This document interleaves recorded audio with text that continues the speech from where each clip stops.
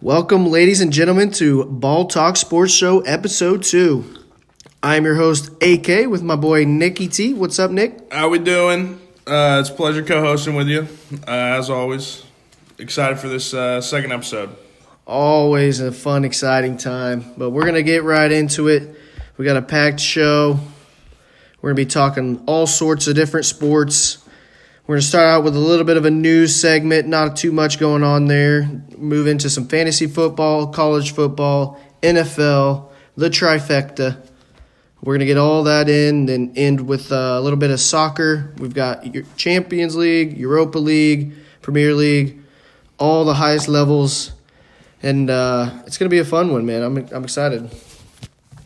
As am I, Adam, as am I. All right, we're going to start the news segment. We only got one real topic here for you guys today. Since Monday, there hasn't been a whole lot of news going on. But we want to start here with McGregor. Just had a press conference earlier today in Moscow talking about when he wants to return, kind of where he sees his next couple fights and who against. Yeah, so let's break that down a little bit. I believe he started out by saying something about beginning of January. Right, yep. He's eyeing January, I believe 18th is the pay-per-view he's hoping for in Vegas. And then I think for the first fight, he said he wanted either Cowboy or Gagey. And assuming he wins that, he would want to move on to the winner of that BMF title we got coming up between Diaz and Masvidal. So, right, and that would be a good matchup if he can get there. But I think if he does end up fighting either Gagey or Cerrone, I can see him getting knocked off beforehand. More so Gagey than Cerrone.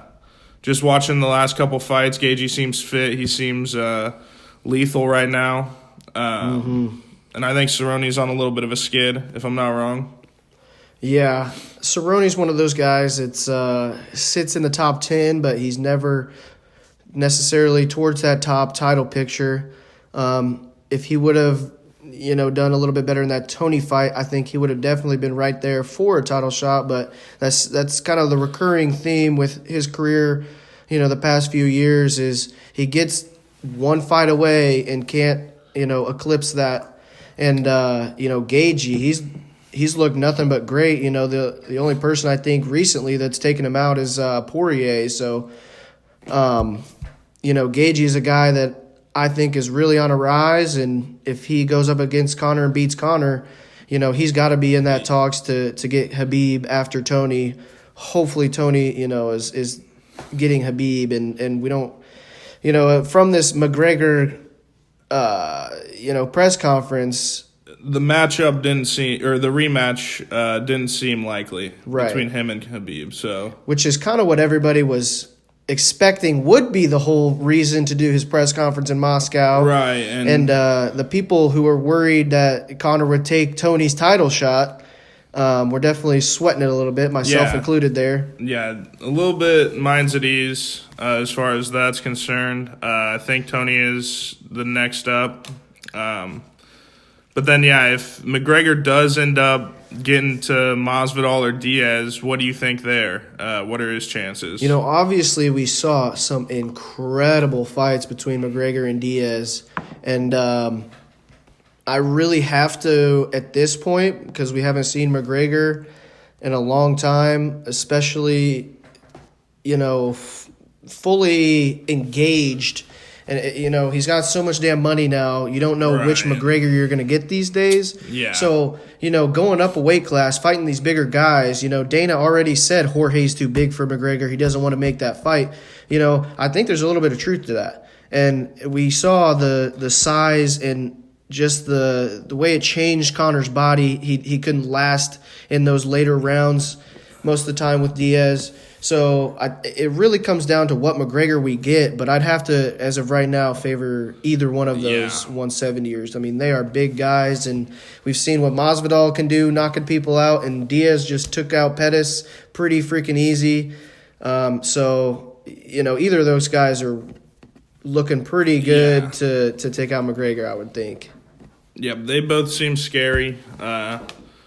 you'll have no argument from me on that until we see more from McGregor. Right. And hey, January's not too far away. We'll see fairly soon. Right. You can start getting excited now. Right. Yeah, exactly. Obviously, there hasn't been a fight with McGregor officially announced. I do believe Dana's been asked about, his position on what McGregor's next fight would be, and he's not. They're not in any sort of talks with anybody to get something done at the moment. They don't have the opponent just yet, so that should, I would expect, if McGregor seems like he's as ready as he's ever been, I would expect that here in the next couple of weeks. Hopefully we'll get that news and confirm that, and maybe hopefully confirm Tony Habib sometime soon. God damn it. Anyways, that's enough of UFC. We're already 5 minutes into this thing, Nick. We're going to move on to some football. We're going to start out with just a quick fantasy football preview for this week. In our league, you and I are facing off, big man. Right, yeah. You're going down, that's for sure. I think my team's projected 14 more than yours. It's an easy 14 to cover, man. Yeah. Obviously, talent on both of our teams. This is, for people wondering at home, this is a 6-team league, so everybody's team is pretty insane. Pretty fucking loaded, yeah. I am hurting because David Johnson, I don't think, is going to play again this week, so nursing that ankle injury. I'm a little weak on the running backs right now, so there's a chance you beat me, but I'm still sitting in first place. So. Yeah, I got Dalvin playing tonight. He's good for about 25 a game this year so far. So, yep, he's been really consistent. So it'll be a fun week, and obviously the shit talk's going to be awfully frequent over the next few days until we settle throughout the this. household. Yeah, until Monday night rolls around and one of us is pissed. It should be right. It's a little bit of a weird week too for fantasy football. There's just some awkward matchups, I would say. A lot of good teams on buys as well. So we're into that situation where you might have half your roster on a bye. Yeah, I got Lamar Jackson on a bye right now, and you know how good he's been this year. So that's another key loss. But I think we'll move on from fantasy. Nothing too much more for you. Thursday night game. Obviously, that's tonight. Redskins, Vikings. Kind of an underwhelming matchup. It's in Minneapolis. So seems like that'll be a rather easy victory for the Vikings. I think they were 17-point favorites. Yeah, I think the line I just looked, it was 16.5 for the Vikings. I'm pretty sure the Redskins are still winless. Last week they took on the 49ers, I believe, in that Monsoon Bowl, if you will. So, they really have nothing to look forward to at the moment, and the Vikings defense especially, and even Kirk Cousins now with the receivers is starting to click. So I think this is a really good time of the year for the Vikings. And at home against a very easy opponent, I think they could even take this game lightly and still win, frankly. Yeah. So for sure, I think it's going to be Vikings. We're going to start a new little segment, if you will. We're going to, on the three main games we want to talk about here, we're going to throw out one wager for each of us that we think is a good bet for each of the games. So mine for this Vikings-Redskins game, I'm going to go throw the under. That, like I said, that Vikings defense is very good. Being at home, I'm thinking they're going to try and use Dalvin Cook as much as possible and just, chunk that clock. It's going to be a low-scoring one, I think, so. Yeah, I would say low scoring, and if there is scoring, it's only going to come from one side. Yep. So, yeah, the under I like. I'm with you there. And then my pick for that game is actually Vikings. If you can get them 16.5, I would even take them 17. I think they put up 30+, and I don't think the Redskins score more than 10. It's going to be a blowout, if you ask me. Yeah. I think anyone else I can agree with you. Yeah. Vegas is obviously saying the same thing. If they've got it somewhere around 17 for that line, that's going to be 3 scores. With that offense right now, 3 scores, that's 3 passes to Diggs right now, he's clicking and Thielen's clicking and Dalvin Cook, it gives him a really sufficient run game. And I think they get up early. I don't and then, think like the you Redskins said, can stop both. Right. The under hits because, they'll get a lead and then they'll start looking at time of possession. And if it was a team that didn't have as much of a run game, I'd think maybe more go for the over. But, yeah, just mainly because Dalvin Cook and the Vikings, they're going to be running it plenty. Yeah, 25 rushes, 30 rushes isn't out of the question. Redskins get shut out maybe. All right, we're going to keep moving through some of the other games. We just want to highlight some things real quick. Colts have the Broncos. The Colts are my team. Feeling really good about this game. I'm pretty sure the Broncos are only 2-5, so not a particularly tough opponent. Broncos also just traded away Sanders to the 49ers.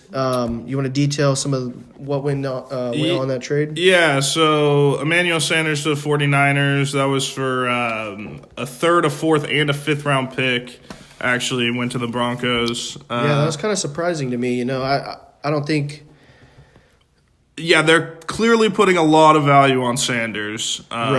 Trading – 3 draft picks in next year's draft. I think not only putting a lot of a lot of value on Sanders, but they're kind of saying this is our year, right? In a way that we think we're as good as we're going to get. We want to go for the Super Bowl this year.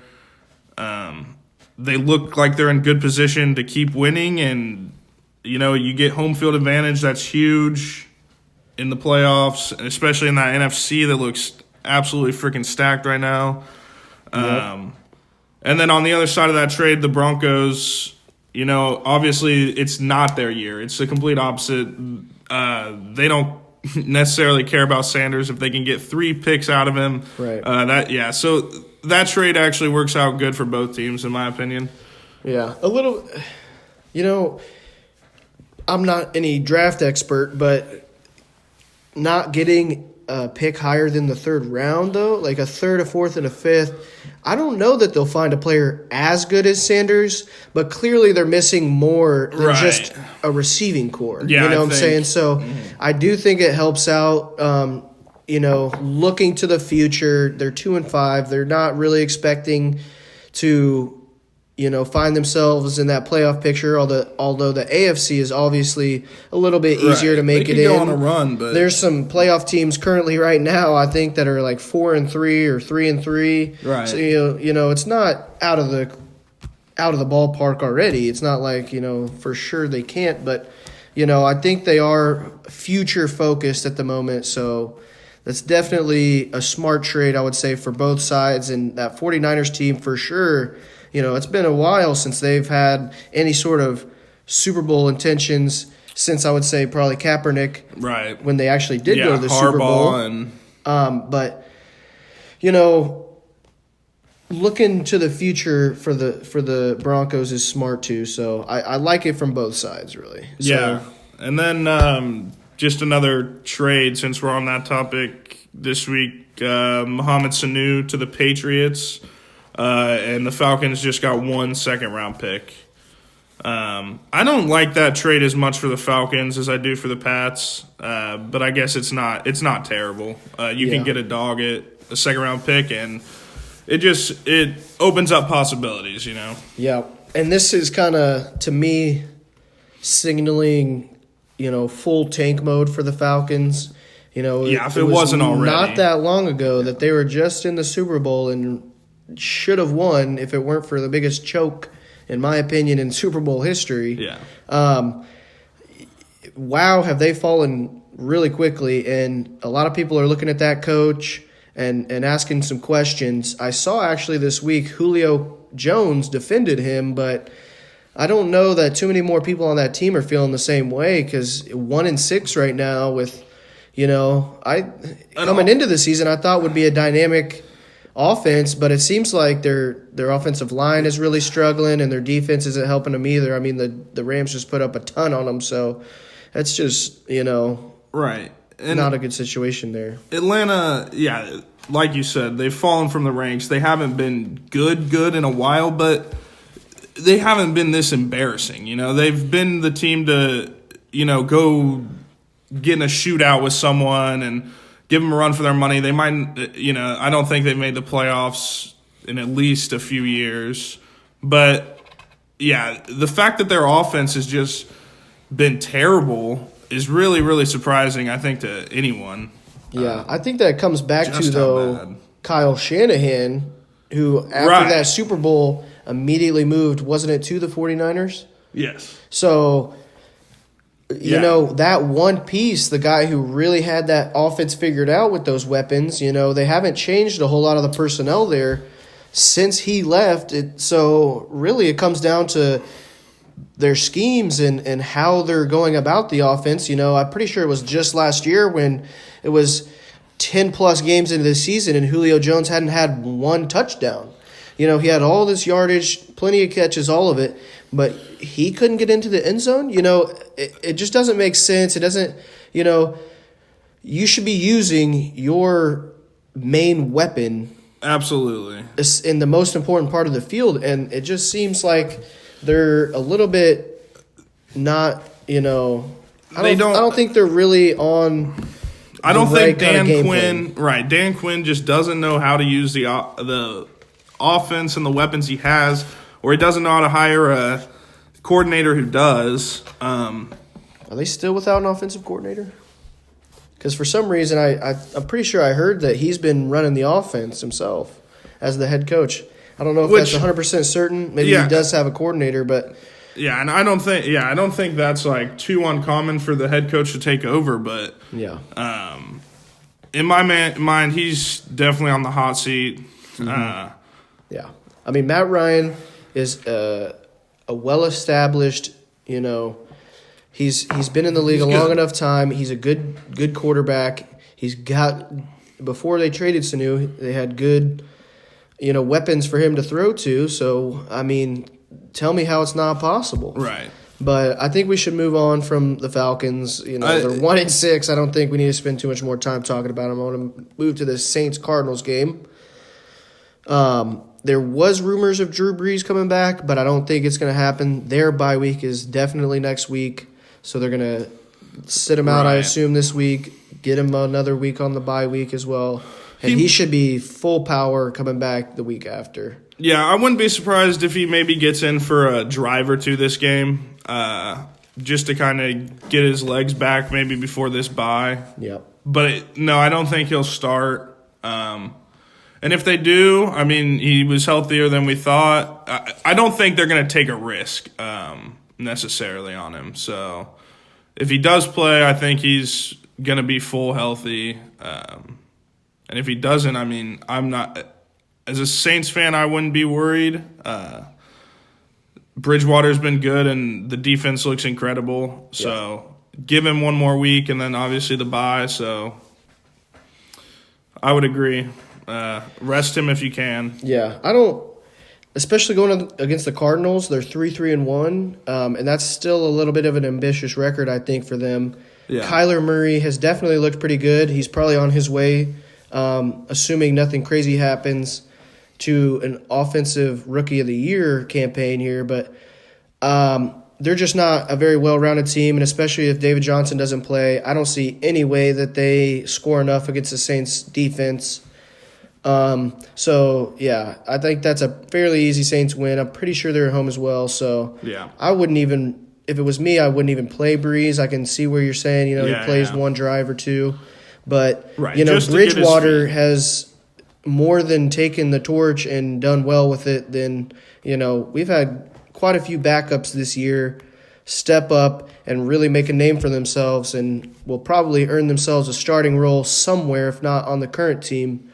And he's definitely, in that category, top 2, top 3 at the moment. So I think the Saints will get it done, no problem. Yeah, with or without Breeze. Yeah, and they're going to be looking real good coming out of their bye week. Mm-hmm. So, Yeah, and then staying in the NFC, we can go on to the Panthers 49ers, which was kind of our pick of, besides Chiefs Packers, this 425 slot, this was the best game. Yeah, we wanted to pick two games aside from that Thursday night game to really highlight for you guys and pick out a couple keys to win here for each side.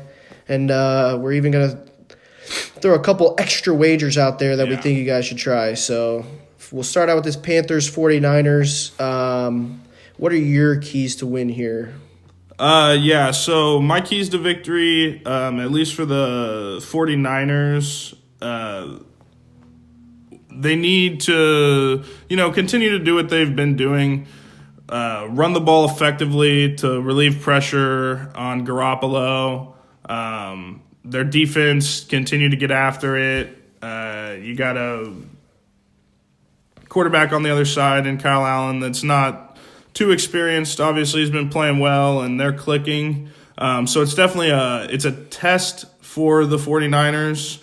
But if they can continue to do what has given them success so far this year, which is the run game and using Garoppolo when they can and giving him, not easy throws, but scheming the offense to make it easy for Jimmy G. Those are the keys for me. But what about you for the Panthers side? Yeah, I'm going to take the Panthers here for the keys to win. And, I think really what you were saying about the 49ers was very true, and their defense needs to be the side of the ball that steps up. I think it's the offense for the Panthers.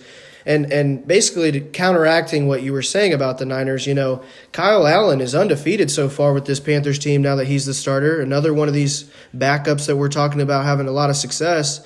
I don't think, obviously Christian McCaffrey is their heart and soul of the offense. I don't think that he necessarily is one to worry about. I think it really comes down to Kyle Allen, and if they give him enough time to throw the ball this game, that defensive line of the 49ers is really scary right now. So really, to me, it comes down to, can they give him enough time to where they have a passing game and where McCaffrey's not the only one having to carry that offense. So for the Panthers, really spread the ball around, get Kyle Allen confident early with his throwing. And, I think that it'll be a dogfight. It'll be a really close game. I'm really looking forward to this one.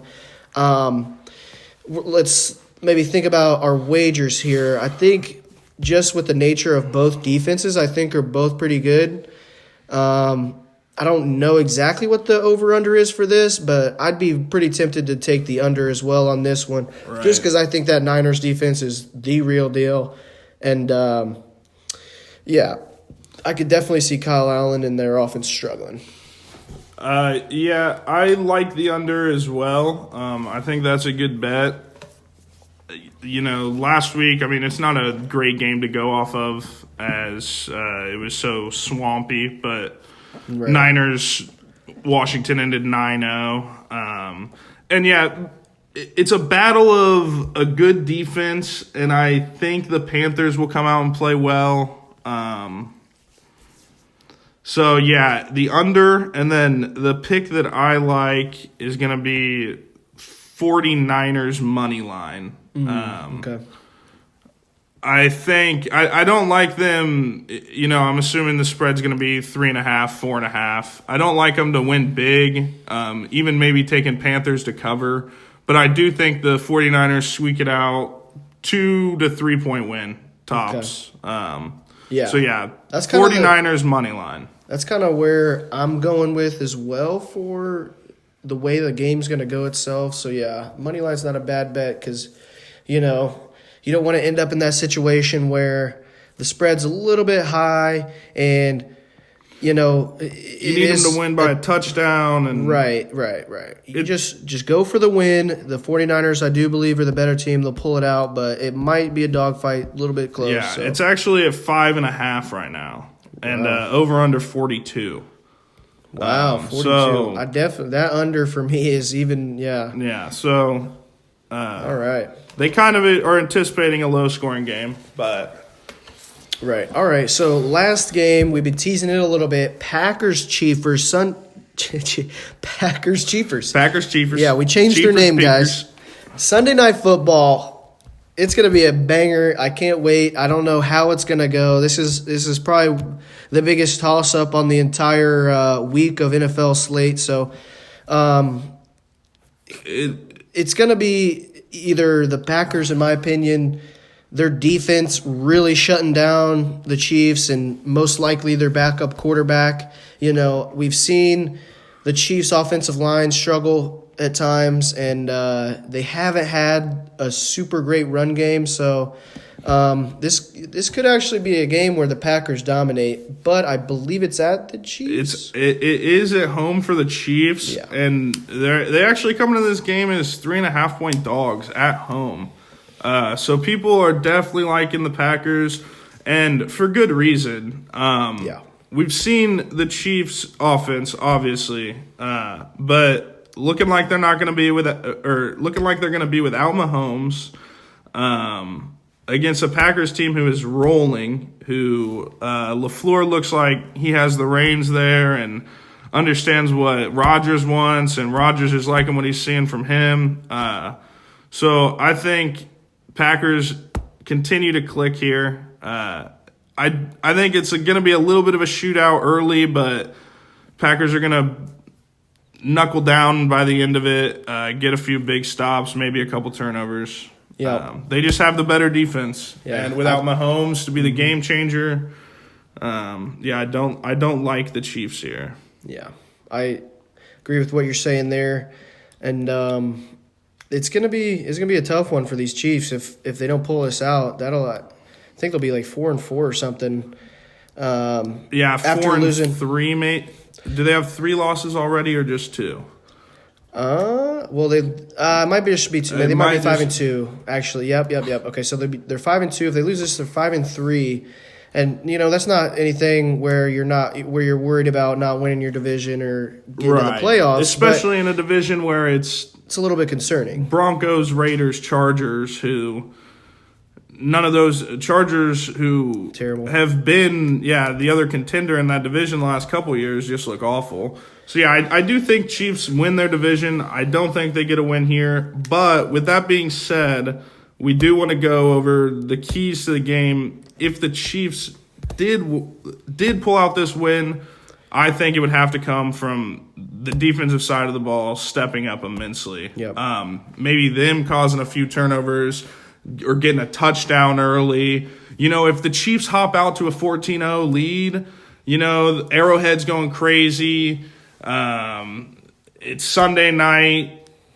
I see them, if the defense can play well and they hop out to an early lead, that's my key for them winning. Okay. But as far as the Packers go. Yeah, for the Packers, we obviously talked a lot about that defense and how good it's been.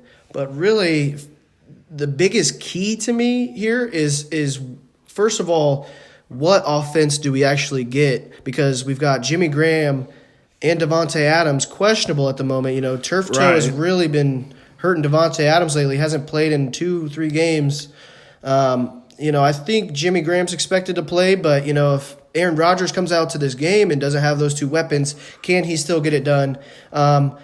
Last week, he did it with a pretty beat-up core, so he got 6 touchdowns. Obviously I don't think he was playing as good of a team as the Chiefs, but it's going to be interesting to see. I really think it comes down to, can Aaron Rodgers, manage to get enough scores to take this, and I think his defense will help him in that. Maybe a couple big turnovers to really give him a good field position. But yeah, I think it will become a defensive battle at some point. But the key for the Packers is to be able to work through that. Okay. So let's go. Final thing for the NFL here, our wager, Packers Chiefs. I don't know. I don't think I want to bet over under here. Yeah, over under sitting at 47.5 right now. Okay. A little bit higher than what the Panthers-Niners was. Not surprised with how many weapons there is for the Chiefs. Right on the field. Yeah. So, man. I think I'm going to go – what's the spread here? 3.5 to the Packers. So I think I'm going Packers. -3.5. I really think that their defense is going to be strong enough as long as Mahomes doesn't play, and it's looking like he won't. So I think the Packers defense will slow that offense down enough to give Aaron Rodgers some chances to put some points on the board, start rolling, and I really think that they'll put it away by at least 6-7 points. Okay. Yeah. The reason I don't like that spread is just I can see the Chiefs hanging in there at home. Yeah, that one doesn't jump out at me, but I do like the over in this game. Okay. I think points will be scored. 47.5, 24-27 hits If this is a high 20s game, it hits, and I think with the Packers offense on the field, it could be 21-14 at the end of the first quarter. It could get high scoring quick, and I do expect points to be put on the board. So I'll take the over. Okay. I will say I think if the over hits, it's pretty safe that the Packers are winning by 3.5 or 4 or more. And that could be a parlay to look into. I do think that could happen. I just don't see the Chiefs scoring more than 17 here. But I could definitely see, it could be either a 40-45 point game for the Packers. Or, maybe they only get to 21, 24, and then that under does hit. So to me, it's a little bit close as far as the over-under compared to that other game. But still, I can definitely see it happening. So some decent wagers there for you guys. Hopefully you enjoyed that. I think we're done with NFL unless you have anything last wrap up. No, it's an exciting weekend. Looking forward to it. Oh, yeah. All right, we're going to stay on football. We're going to really quickly go through some college football. We've got Purdue, Illinois this weekend, Nick. Yep. Ross-Ade. That's a home game, yep. I'll be there. He will be there, folks. Screaming his head off. Yeah. So, we'll be jumping up and down in the student section. I like the Boilers here, obviously. I mean, I'm going to say that. Not, yeah. It's Illinois. They are coming off, obviously, the biggest win in a freaking decade last week against Wisconsin. So they're going to be feeling nice, but, again, it's Illinois. It's Purdue at home. I think the spread's at 10 right now. So Vegas likes us. I like us. I think we win by a couple touchdowns. Yeah, and obviously Illinois coming off that big dub last week. There's a little bit of question there because,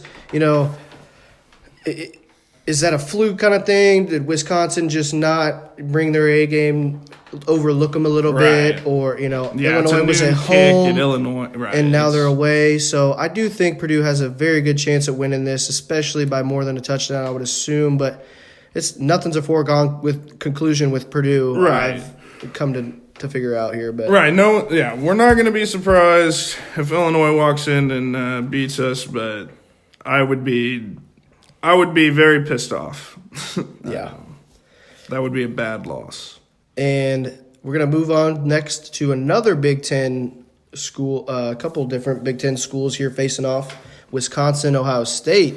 Ohio State 7-0, Wisconsin 6-1. That one loss obviously last week, Illinois. Right. They're looking to bounce back. This is a big, big game. I think either one of these teams, whoever wins, is looking pretty good to move towards that Big Ten title game talks and really make a case maybe even for the playoffs. Yeah, so. I think if Ohio State wins this game, obviously. They stay in that conversation of top 4, looking like one of the best teams in the nation. Wisconsin, I think that Illinois game was a trap game because they had this matchup to look forward to. This was going to be along with LSU Auburn. This was going to be a top 5 matchup if Wisconsin ends up winning that game last week. Yep. So I think they might have been looking forward a little bit too much. But with that being said, should we go over just like a little prediction here for this one? Sure. Do you know, is Ohio State at home? Wisconsin at home? I believe it's at Ohio State. I could be wrong. Yeah, just obviously because of last week with Wisconsin, I obviously would favor Ohio State a little bit, and especially if they're at home. Yeah, I don't see a way where they slip up here, but Wisconsin's definitely not a team that you could ever write off. This should be, I would think, a pretty close game and an exciting game. I think it's going to be a lot of scoring. But yeah, definitely Ohio State favored pretty easily, and if they win this one, go to 8-0 with some big wins, I think wrap the Big Ten up and almost just hand it to them. Right. Yeah. And this could end up actually being a rematch later on. Yeah. Of the Big Ten title game. I also like Ohio State here at home. They've just looked too good for you to pick against them at this point, and obviously we've seen Wisconsin can look awful at times. But, yeah, like you said, you can't write them off. They have one of the best players in the country in Jonathan Taylor. Yep. They have one of the best lines in the country. Just churns out NFL talent, it seems like, every year. So if they can dominate the line of scrimmage on both sides of the ball, if they can have time of possession on their side, I see a way Wisconsin can at least keep this close, if not win it. And I think it will be a close game. So, yeah, definitely noon slate. Yep. So college game day, nice and early in the day. So right. Definitely tune into that one. Yeah, I think that pretty much wraps that one up. We like Ohio State, but we like it to be interesting. Keep it close. Yeah. Last one for college football. We're going to do Auburn, number 9, at number 2, LSU. Yeah, so this one, obviously, War Damn Eagle. I've been an Auburn fan for most of my life. So cheering hard for them, but I don't like this matchup. I don't think Auburn's defense is good enough for LSU's offense, and I don't think Auburn's offense is good enough to put up the points required to beat someone like LSU, especially on the road. It's not a night game, but it doesn't matter. I mean, this place will be going absolutely berserk. They have one of the best crowds in the country easily. So I like LSU. I hate to say it, but I like them big. I kind of like them to run away Burrow with is definitely a Heisman-worthy candidate at the moment. Yeah, and, if not front runner. Both teams, LSU 7-0, Auburn 6-1. Same kind of story as the last game. He would favor LSU by a little bit. He's thinking maybe it could be a blowout. I don't think so. I think Auburn's got a lot of great players, especially their offense. I think if LSU is going to be scoring, Auburn's going to be matching. And whatever the over is in this, I would just be banging it. Okay, yeah. I was going to say maybe we should do a little bit of a pick on this one just because I think it's maybe the biggest matchup of the weekend. And Auburn's sitting at 10.5 dogs. Wow. So, yeah, I think even though I said LSU big, I think 10.5 is a lot of points. And Auburn's a really good team. Yeah. So I think they can certainly keep it within 10. So that would be my bet if we're going for. And then over-under was 59, if you still like the over. I love it. Yeah. I think this is a 42-35 game. Yeah. Auburn comes out a little bit, a little bit short, but give them a run. Yeah. It's going to be a pretty fun one. All right, I think we're wrapping up football. Yeah, the other games with a little implications are Oklahoma goes to Kansas State, Boston College goes to Clemson, and then a rivalry between Michigan and Notre Dame, who I both hate, so we don't need to spend much time on that. Yeah, hopefully they both lose. Yeah, somehow, hopefully both teams come out with an L there. Hate to see either one of them win. Yep. All right, so next topic, finally done with football. Hope you guys enjoyed those segments. We're going to go into a little bit of the other football, soccer. Yeah. We're going to move into Champs Europa League review real quick. There were all the big teams really playing in the Champions League. So first, I guess we can talk about maybe like Liverpool, PSG. Yeah, so just like the teams that got wins, Liverpool obviously pretty convincingly at home. I think it was 4-1. Yep, it's a gank. Bayern got a win. Juventus gets a win. Spurs gets a much-needed win. And then, like you said, Paris. Yeah, Spurs for sure needed a win. We'll talk about this a little bit here in a second, but obviously they have Liverpool coming up this weekend. So they really needed to keep themselves in a good state of mind and confident coming into this weekend. So that was definitely a pretty big one. And then some of the big matchups were Inter Dortmund, that Ajax-Chelsea game. And then, those were both pretty close. Yeah, I think people thought maybe Man City-Atalanta was going to be closer than it was.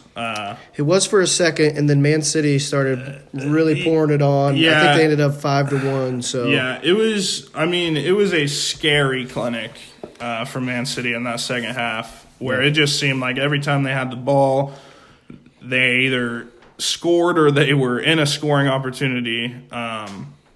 And that's, you don't want to see that if you're the other teams in the Premier League. You don't want to see Man City getting in this groove of scoring 5 goals a game, because we know they can do that and they can go on tears, and it just seems like they're scoring at will against no matter what, world-class defenders. It doesn't matter. Obviously, they have world-class talent everywhere on the field. So,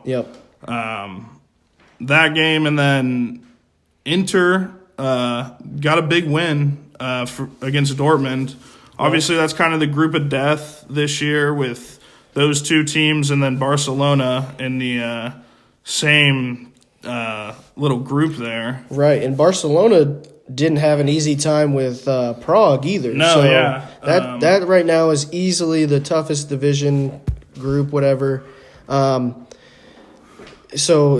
win for Inter was huge. They get it done 2-0. I believe the second one was a PK. Is that right? It was just late in the game. If you remember, they kind of had a breakaway. Okay, yep. A one-on-one with the keeper. He beat him near post with some pace. That game, to break it down a little bit in depth, Dortmund, they came out with, they were looking for a point. It was kind of obvious. They were just kind of packing the line. Inter got kind of a cheap one. The defender held a guy on side who otherwise would have been off by a mile. And then it made Dortmund change how they were playing. They needed to push more up the field. And then that allowed Inter to get that second goal late, just on a break. Right. It was an exciting game. Once that first goal went in and Dortmund changed up their attack a little bit. And it got really interesting there. Yeah, it looked like maybe Dortmund was going to equalize for a while. It seemed like Inter was definitely on the back foot, and they got one kind of against the run of play. That was a really good matchup, and that group will definitely be one to keep an eye on. That'll be shaking out here pretty soon. I believe just next week, maybe even or maybe it'll be next month sometime that they'll be back, and we're like halfway through the group stage. It'll switch to the home team will switch, and we'll see how those shake out. Yep. So we'll go over real quick also the Europa League. We had Man United and the Wolves. Your team, you had a pretty big win that happened just earlier today. Wolverhampton, as you guys know, that's kind of my squad in the Premier League. They actually went down 1-0 in this game, and they got off to a really, really sluggish start. We looked bad in possession, and they looked like the better team through about, I would say, maybe even the full first half. Yeah. Didn't get a score in the first half. Right. So, halftime, we made a few adjustments.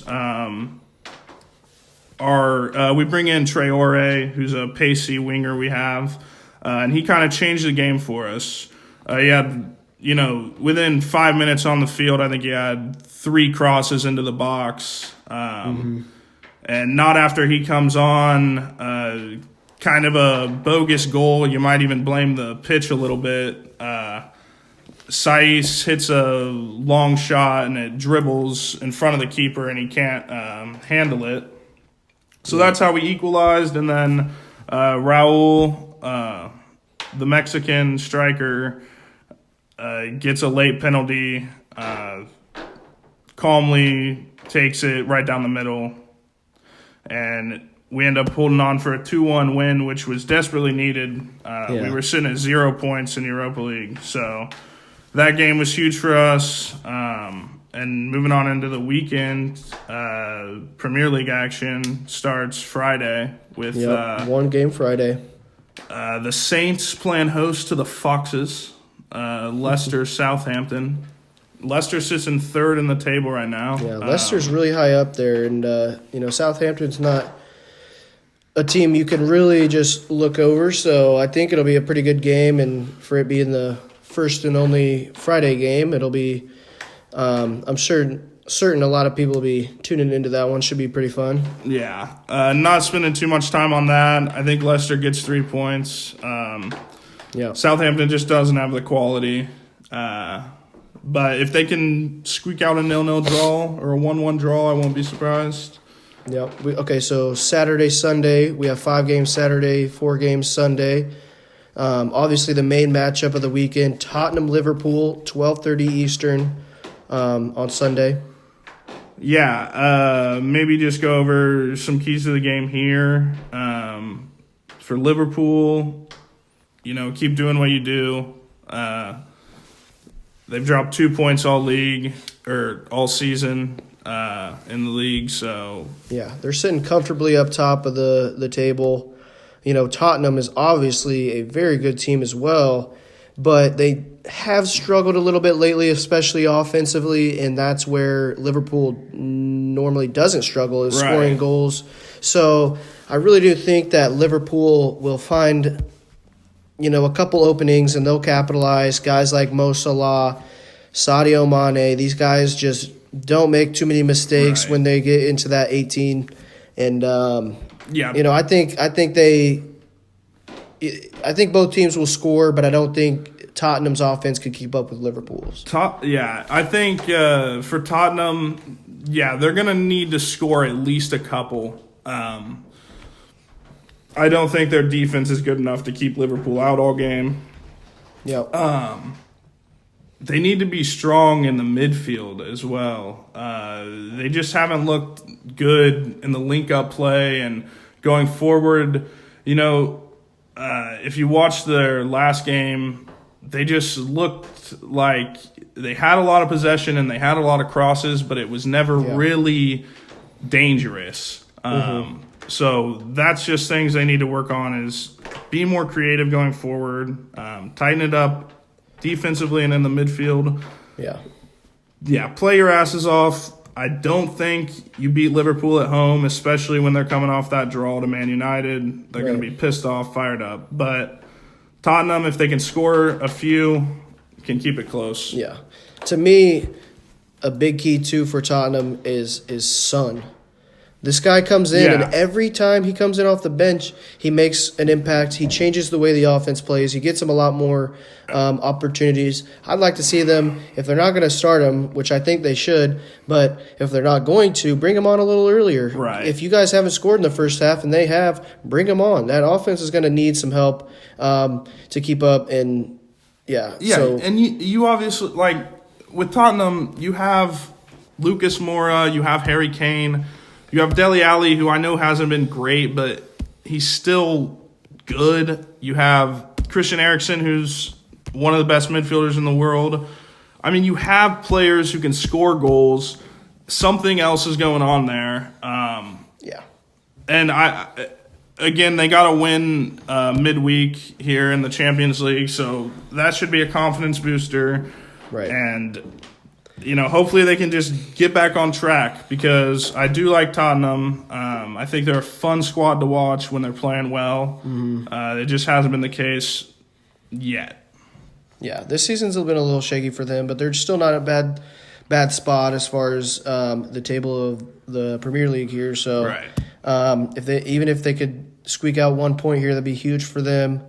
I think we can wrap up that matchup and move on to the last thing here in the Premier League we want to touch on is your Wolves. Yet again, we go from Thursday to Sunday. They got a 10 a.m. game. Yep.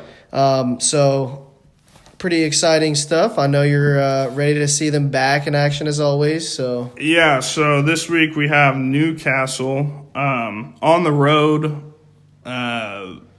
but again, it's just a matter of, can we play a style that is effective against teams who don't necessarily want to possess the ball, because we play great against teams. We have this reputation among the top six of getting goals and beating them, and we just beat Man City away 2-0, and then we draw Southampton 1-1 at home. That's kind of been the story of Wolves for a while now, is just when we play against teams of inferior quality, we don't have, we can't pick the lock possessing. We're good on a break. We're good in pockets, but we need to figure out a way to possess and create goals in a different way, right.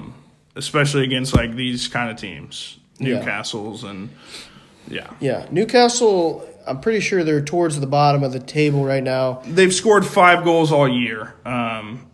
So they're another one of those teams that they're fine without the ball. They want to be playing in the back. They'd like to stack their own box, get some counterattacks, which is going to make for a weird game because a lot of times you guys play that way, at least against the top of the table. And it's always kind of an underwhelming matchup when we play these kind of teams for me. I just like your guys' scoring ability. You have some really talented and quick, a lot of speed on your top of your strikers. So I do think you guys will have a better opportunity to score and more frequently, most likely to score. So as long as you don't give up some, a weird PK or an early goal that kind of swings the momentum.